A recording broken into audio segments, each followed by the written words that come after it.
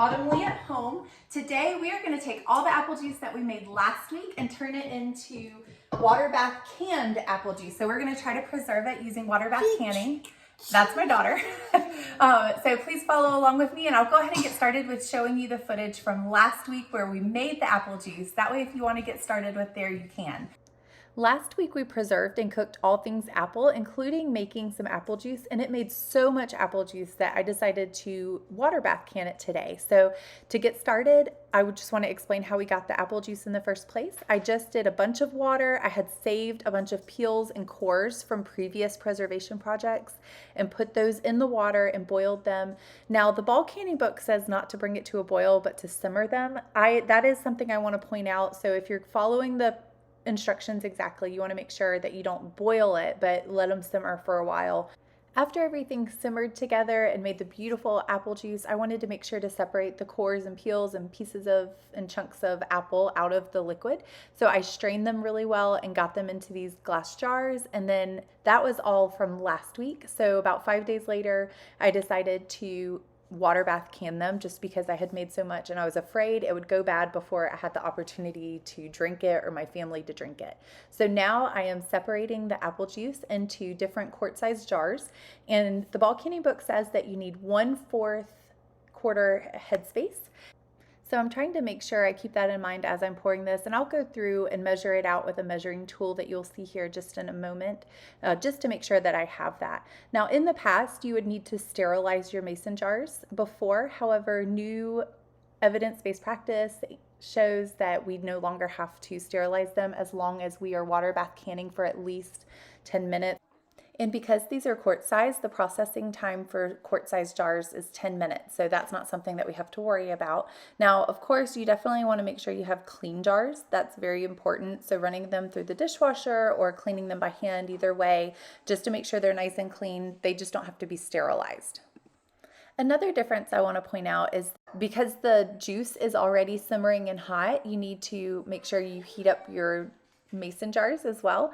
Now, with that being said, my juice was made 5 days prior to this, so I'm just trying to preserve it and keep it longer. So my jars are room temperature, but my juice is actually from the refrigerator. So my thoughts were I didn't want to have to do all the work of warming the juice up again, warming the jars up again, when both are the same temperature right now anyway. And I'm hoping that that doesn't make a difference. So again, I wanted to point that out because it wasn't technically by what the book said if you're trying to follow along with what the book's instructions are for ball canning and preservation. But I thought that, you know, since they're the same temperature anyway or similar, then maybe I could just put them in the water and let the water come up to a boil with the jars already in it, because you're looking for a rolling boil. So after we fill all of these jars, I have the 1/4 headspace, and of course you want to burp the jars. Here, typically with liquid, I don't really worry about that just because there's not really a whole lot of air bubbles in liquid. Now, if you're concerned about that, definitely do that because that is one of the steps. However, here you see me measuring the headspace just to make sure I've got it covered and everything is 1/4 headspace. Once I finish that, I will take vinegar, distilled white vinegar, and rub the rims of the jars, because I just want to make sure that we get a really good seal, and that cleans any of the sticky apple juice off that may cause the rims to not, or the lids to not seal properly.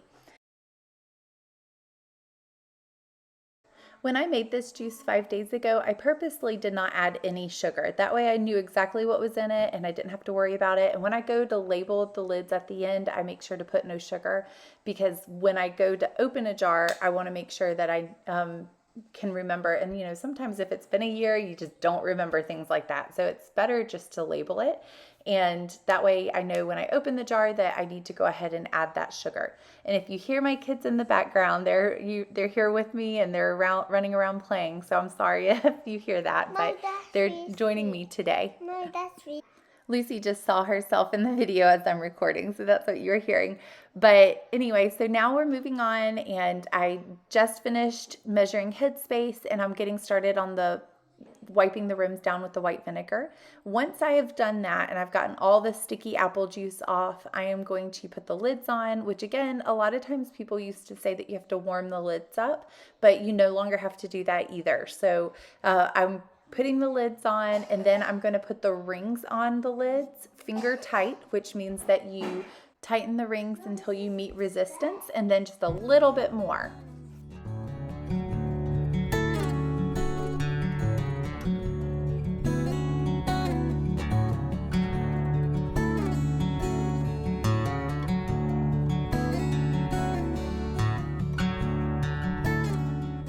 Now that all my lids and rings are on, I am putting them in the water bath canner, and I don't have water in it yet. I will fill it up soon. But I also realized that I have one jar that just won't fit, and that's okay. I will put it in the fridge, and that way I'm not having to do this whole process again just for one jar. So I'm not worried about it. We will drink it.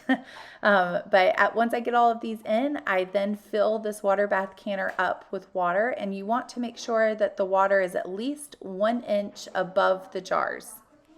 You'll see I don't do anything fancy to measure the 1 inch. I just try to eyeball it a little bit with my finger and making sure that it's at least 1 inch above. Once I have the 1 inch above, it's time to put all of this on your stove top and bring it to a rolling boil.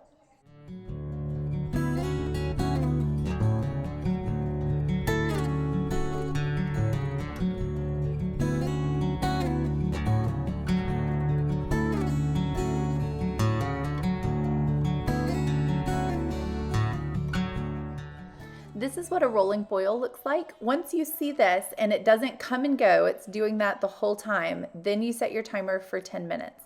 After you start the timer and you let it go for 10 minutes and the timer goes off, you want to let the pot sit on the stove for at least 5 minutes. I would maybe say even longer than that.